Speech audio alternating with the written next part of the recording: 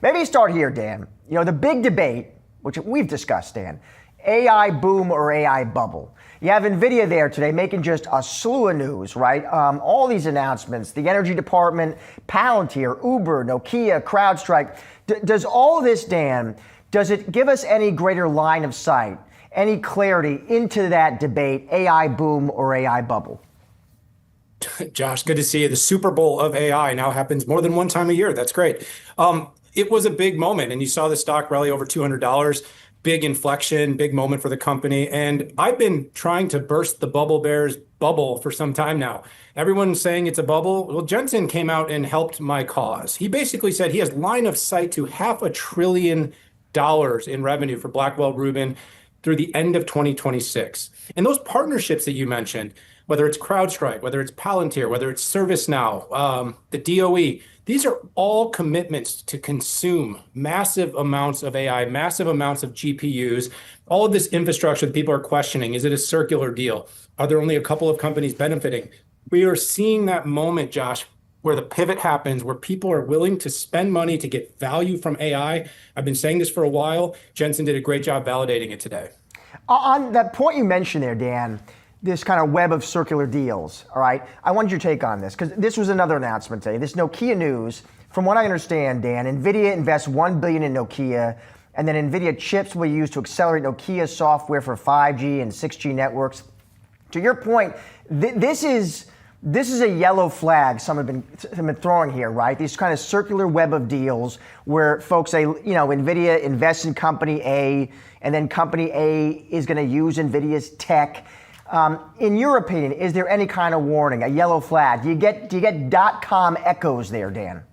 I don't see the .com echoes. What I do see is Nvidia as one of the largest companies, now the largest by market cap in the world, picking key secular trends, in this case, 5G, 6G, communications, connectivity. I'm walking around Washington, D.C. here at the event, and there's times where I can barely get signal.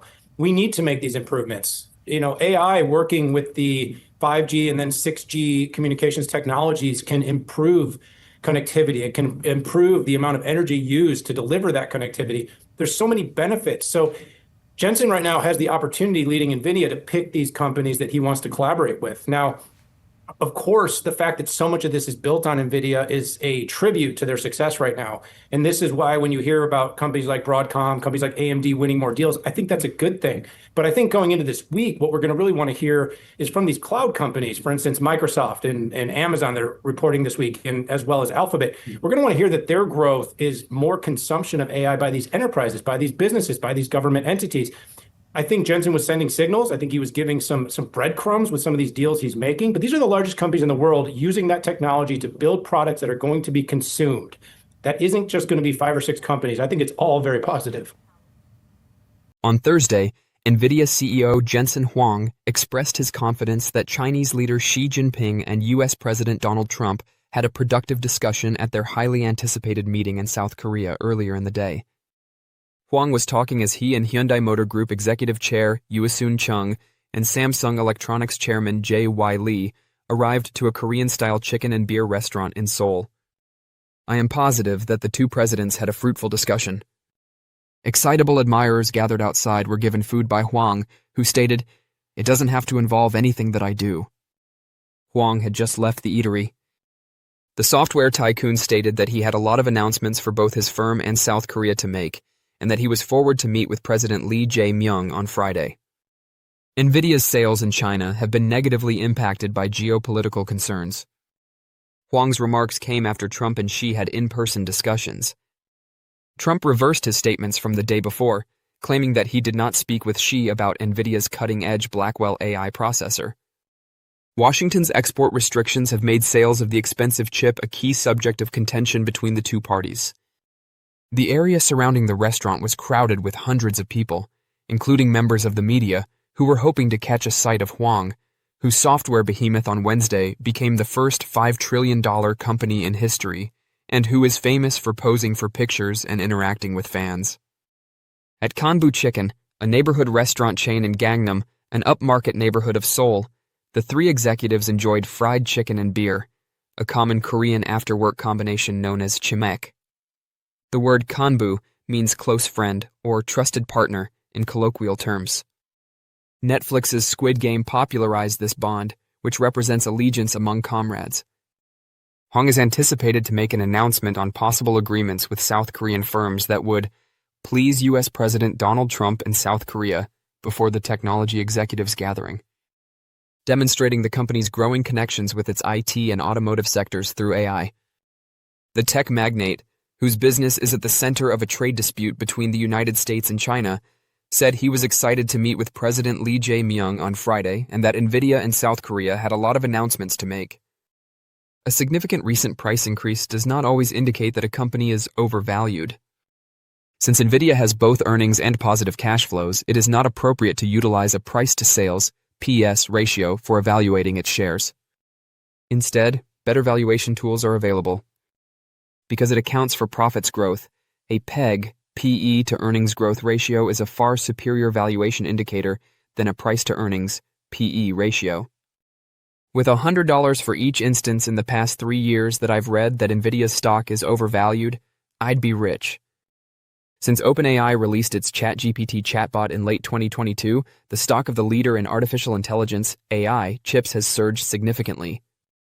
In the 3 years ending October 28th, it has yielded a 1,150% return. Big tech corporations and other businesses are rushing to acquire generative AI capabilities as a result of this incident. However, a significant price increase by itself does not always indicate that a stock is overpriced. To be clear, I'm not claiming that a significant drop in Nvidia's stock is unheard of. In fact, if another company's technology supplanted its graphics processing units, GPUs, as the industry standard for AI model training and AI application deployment, it might suffer one. I'm merely stating that, in my opinion, the Nvidia stock is overvalued argument is not persuasive given the information at hand. I examined 2 typical justifications offered by Nvidia stock bears for claiming that the company's stock is overpriced below. It is important to remember that there is no correct technique to perform a stock value research. Accordingly, when someone claims that a stock is overvalued, it is their opinion and not a fact. Nevertheless, it is generally acknowledged that some valuation metrics are more appropriate for particular circumstances than others. Every time I see the price-to-sales (PS) ratio applied to Nvidia stock, I wince. Since stock prices are driven by cash flow and profits growth rather than sales growth, at least in the long run, the PS ratio is the least relevant of the valuation metrics. Only in situations where cash flow or earnings-based valuation criteria are not feasible should the PS ratio be employed.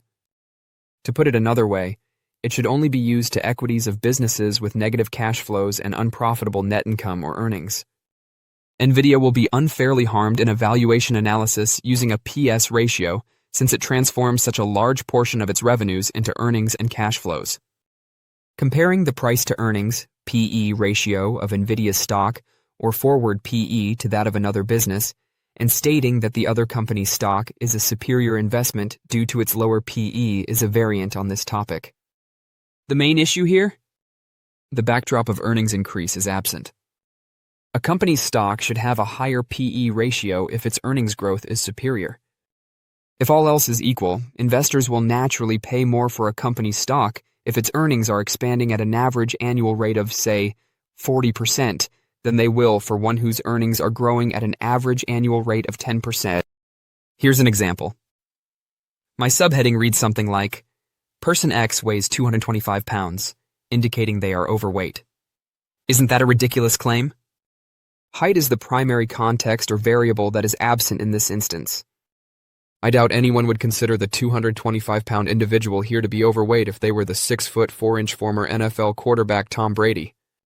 Returning to the PE and forwarding it. A company's expected profits growth or trailing 12-month earnings growth should be utilized in conjunction with these value indicators. A form of AN is a far superior valuation indicator to a PE or forward PE, even though no metric is flawless. A PEG of 1.0 suggests that a stock is roughly fairly valued, though there are many variables to consider. This is a general rule of thumb for businesses that are at least reasonably well established. However, PEGs will occasionally rise noticeably in robust bull markets, and when investors anticipate that future earnings growth will outpace historical growth. Even though Nvidia is the leader in AI, it's not a good idea to stick with just one technological trend. The corporation has changed its focus from gaming to cryptocurrency and then to artificial intelligence. The secret to its success is anticipating the next big trend, and Jensen Huang, the CEO of Nvidia, has continuously shown that he can do so. Since its venture capital arm, NVentures, has begun investing in quantum computing firms, Nvidia's actions suggest that quantum computing will be the next big thing. NVentures made investments in Qiera in February, PsiQuantum in September, and Honeywell's quantum computing division, Quantinuum, in September.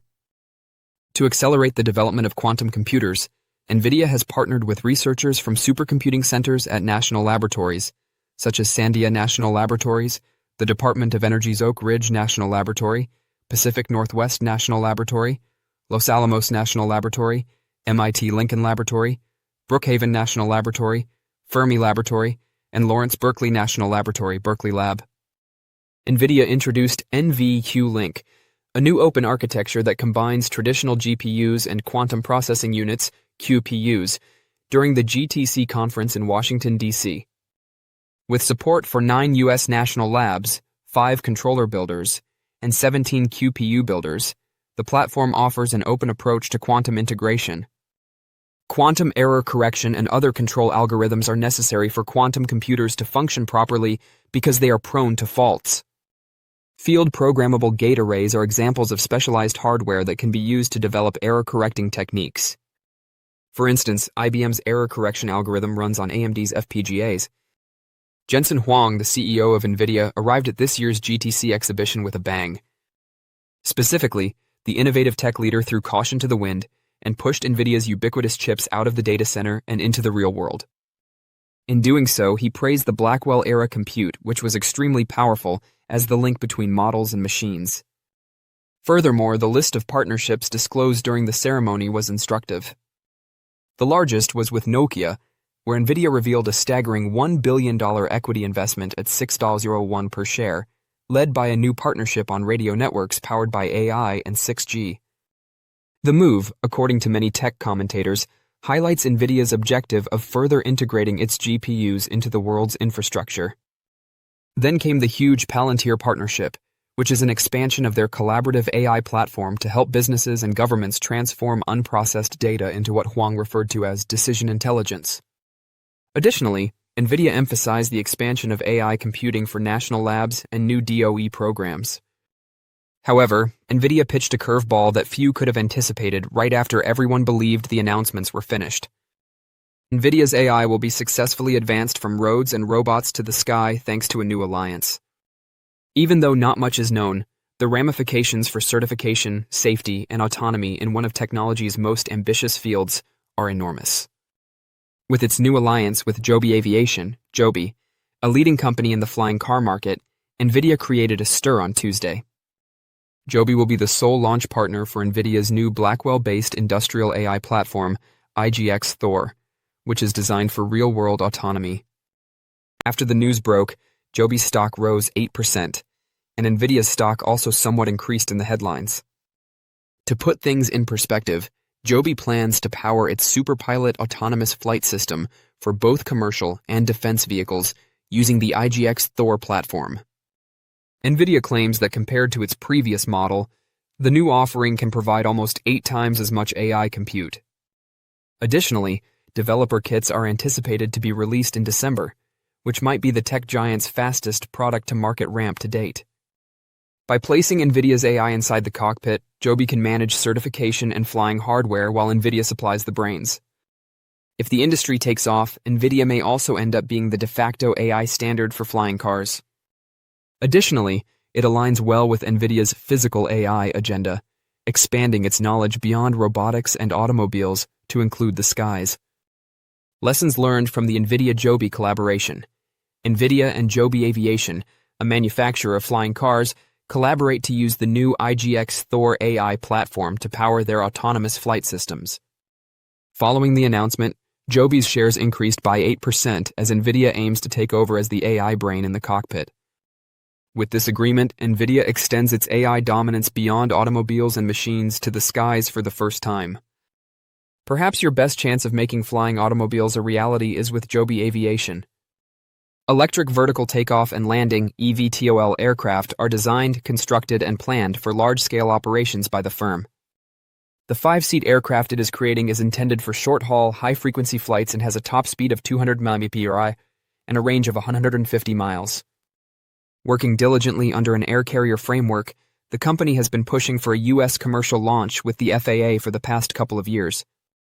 It has already completed around 600 flights in 2025 and accumulated a really amazing 40,000-plus test miles. Furthermore, Joby is now closer than ever to liftoff on a commercial basis. Its conforming flying car is currently undergoing final assembly, and FAA pilot tests are anticipated after it has already obtained its FAA Part 135 air carrier certificate. Regarding defense, Joby delivered its first vehicle to Edwards AFB as part of a nearly $163 million U.S. DoD contract. Additionally, Joby has been sowing seeds all across the world, with local testing currently underway for routes that are special to Dubai. The flying car market may grow significantly in the future.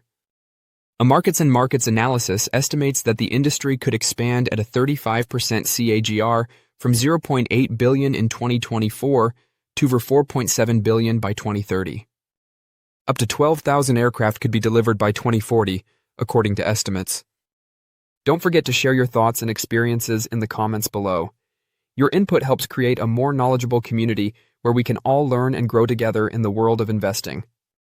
Stay up to date with the latest market trends, insights, and key updates by subscribing to Investing Tutorial.